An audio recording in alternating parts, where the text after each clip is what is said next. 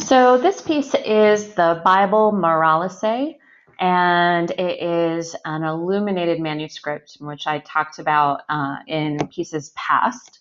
And I think we should best start off in context, I think would be helpful. So again, this is a moralized Bible. So that's what our title translates to. And these moralized Bibles were meant to basically teach lessons. So you would find images and text within the Bible to teach morals, to teach lessons, to teach values. And because of the high number of images and material used in many of these moralized Bibles, like they might use gold leaf, which are very, very thin sheets of gold to so-called paint with. That these books were probably made for royals because they would really be the only ones who could afford something like this. And it would probably be made then by a highly skilled artisan, a highly skilled like illuminator, painter, who would be making this. And we believe that many of these, or this particular Bible Moralisee, might have been made in Paris, in a university setting, or some kind of grander educational, artistic site. They're making these for our particular patron for this. Now, our patron, let me go to this next image, is on the upper left. Now, we're still in context. Her name is Blanche of Castile. So she's the Queen of France, and about 3 years into her husband's reign as king, he dies. And so after his death, her son, his son too, Louis the Ninth, becomes the king, but he is very young at the time. So one of her tasks then, as she's navigating then this new situation in her life and ruling in her son's place for that time, is that she commissions then this book, this Bible Moralisee, for her son, as really a teaching tool for him and as a symbol of his power and his learning and his preparation for being king. So that's who is the patron. It's more Blanche of Castile, the queen, and again, having it made for the audience there, that would be Louis the Ninth, her son.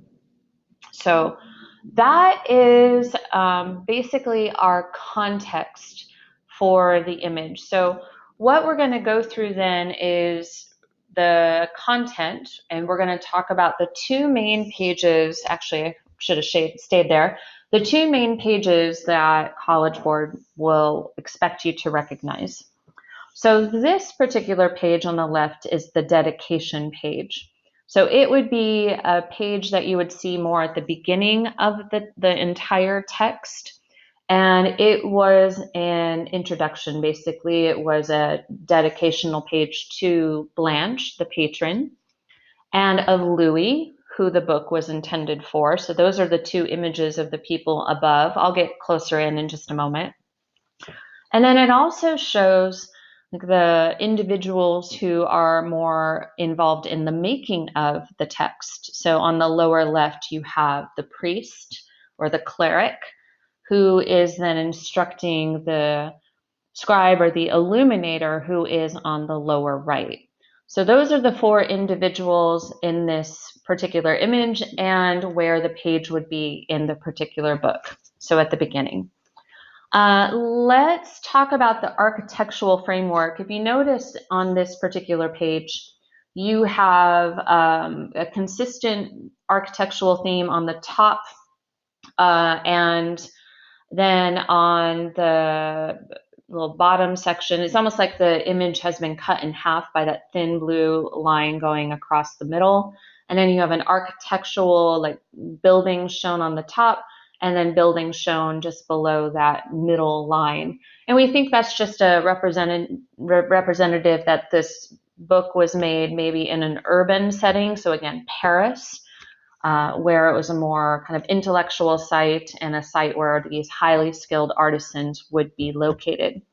So you have buildings there, and then just directly under the building, and in fact where this kind of magenta pinkish line is posting that or is pointing, you have a architectural or sculptural item called a trefoil, and it is a three-lobed arch. And really it is a symbol of the Trinity. And the Trinity in Christianity is God, the Father, Jesus, the Son, and then the Holy Spirit. So when you have the three lobes, the lobes represent symbolically that bigger idea of the Trinity. So that frames and highlights each individual figure in the scene, kind of makes a quadrant of people here. So let's take a look at the two main players, Blanche on the left and Louis on the right. Blanche on the left is turned toward her son. She has her arms and hands animated in gesture and probably instructing, talking to, and or acknowledging her son, who is now king. Now on the right, you have him, Louis, very fresh-faced. Young, so no beard of wisdom here. I think that fresh face there is just showing his youth. Both of them wearing a crown. But Louis also has the symbols of power in his hands. One is the scepter, which is the long kind of stick kind of that he is, or pole that he's holding.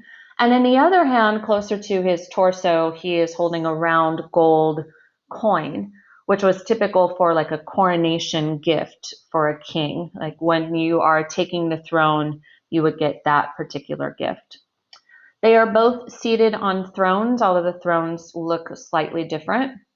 And if you're getting a little bit of the Virgin Mary and Jesus vibes from this, because she has the veil on and blue, which is such a color that's associated with the Virgin Mary, and the Virgin Mary wearing a veil, you're not wrong in thinking that the artist is associating Louis and Blanche with the Virgin Mary and Jesus. It's that kind of visual connector to divine powers. Here you have the earthly figures who are very much kind of powerful and associated with the divine. And so that association visually is I would imagine, not accidental. The colors then, again, also very royal. Gold, very much power color. The bright, bold colors also might make you think of not illuminated manuscript, but might make you think of stained glass window. The colors of those beautiful stained glass windows in Gothic art. Since this is in the same time period, they might be trying to make our illuminated manuscript pages look like stained glass windows. And then the next image down below is, again, just a close-up of the priest on the left and the illuminator on the right. The priest got his little pointy finger out there, and he's definitely instructing the artist, who is working with both his hands at a desk with the actual book, in front of him. And so working very hard at communicating these lessons and these images for our royal patron. So that is our dedication page. The other thing that you're going to see in the Bible Moralisee are images that look like this. This is a much more common repeated visual where you have these, again, we're in content, these circular images of, the visual stories of the Bible. And those circular images are called roundels. And those, again, are just circular areas of art. So we have 8 roundels here. Each one of them has a scene from the apocalypse in it. And so this particular page from the Bible Moralisee is called Scenes from the Apocalypse. Now, and this can go in either context or content. I don't have a preference. But the apocalypse is the story of the end of days, the end of the world, basically, from the book of Revelations in the Bible, from the Gospel of St. John. So all of the imagery that you see, each individual story, is from that selection of stories or that book from the Bible. And then they are in one column.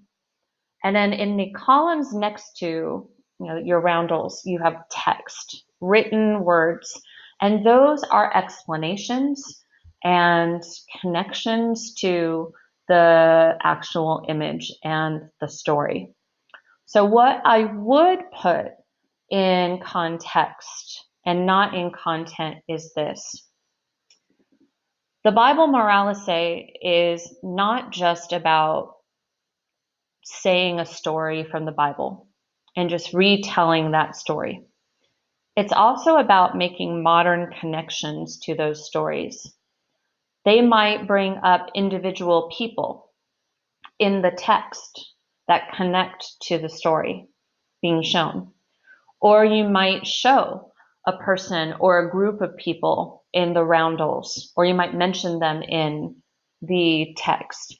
So it gives a contemporary connection to the biblical stories.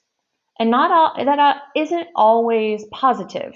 For example, in this particular roundel, on the right-hand side, the two people who are kind of turned away and almost looks like they're walking away from the scene.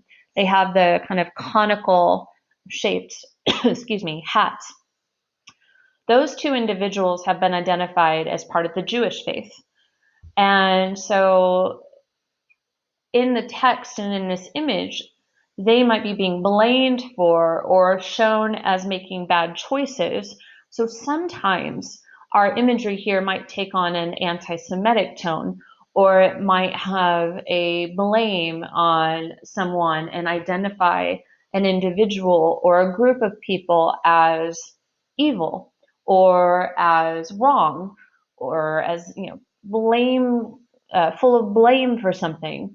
So that contemporary connection is a bit interesting and has consequences to it. But that's what happened in the Bible Moralisee. You'd see those biblical stories, but with a contemporary relationship by mentioning people or showing people in the actual images. So the other thing about just looking at these individual roundels, and you can put this back up in content, it just really shows you the detail here, but it's intricate, but it's simplified, if that makes sense. There's a lot of lines, in the hair and in the faces, but there's no modeling going on. So you have the very flat line-based design.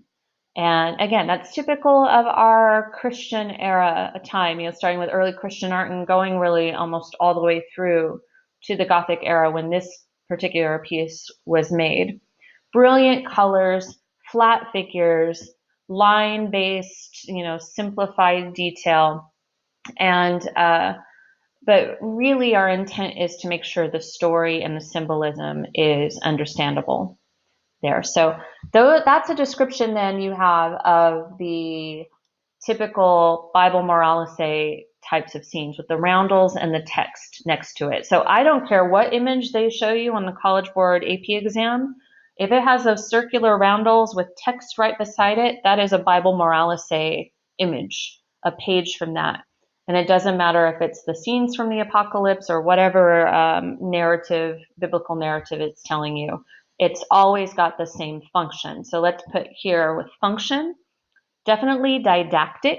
So it has this teaching function, teaching the king how to be a good, virtuous person who's learned a lot of lessons and has a good biblical education. And two, it also symbolizes his power and, the Queen Blanche's power, because it's a luxury item, took a long time to make, and it's full of, great materials like gold leaf. And in formal quality, I would do color, because the color one shows power with the gold, but it also relates it to like the stained glass windows that you would find in the Christian churches and the great cathedrals of the Gothic period. That's definitely something you could do for formal qualities. You could also do space, because the roundels, that space for the roundels they're teaching through the visual, and then space on a column set right next to it for the text to explain the images further.